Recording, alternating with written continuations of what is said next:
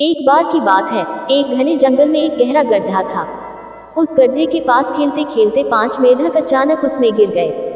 गड्ढा बहुत गहरा था, इतना गहरा कि बाहर खड़े बाकी जानवरों को लगा कि अब इनका बाहर निकलना नामुमकिन है। ऊपर खड़े जानवर चिल्लाने लगे, तुम बाहर नहीं निकल सकते, कोशिश करना बेकार है, हार मान लो। गड्ढे में गिरे 5 मेंढकों ने बाहर निकलने की कोशिश शुरू की। वे उछलते, गिरते, फिर कोशिश करते, लेकिन ऊपर से आती नकारात्मक आवाजें उनके हौसले को तोड़ रही थीं। धीरे धीरे उंगली से दाहिनी ओर इशारा पहला मेढक हार मान गया। उंगली से दाहिनी ओर इशारा फिर दूसरा भी थककर बैठ गया।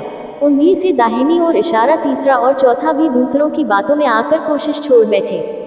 अब सिर्फ एक मेढक बचा था। वह लगातार कूद रहा था, गिर रहा था, फिर उठकर कोशिश कर रहा था।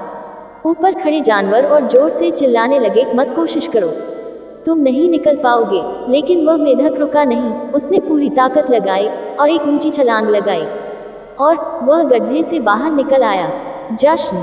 सब जानवर हैरान रह गए। उन्होंने उस मेढक से पूछा, जब हम सब तुम्हें मना कर रहे थे, फिर भी तुमने हार क्यों नहीं मानी?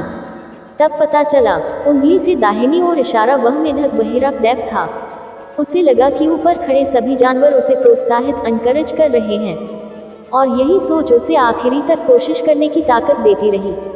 वन सीख मॉरल ऑफ द स्टोरी: जिंदगी में लोग आपको रोकेंगे, आपको कहेंगे कि आप नहीं कर सकते, लेकिन अगर आप उन नकारात्मक आवाज़ों को अनसुना कर दें और उन्हें प्रेरणा समझकर आगे बढ़ें, उंगली से दाहिनी ओर इशारा, तो आप भी अपनी जिंदगी के हर गड्ढे से बाहर निकल सकते हैं।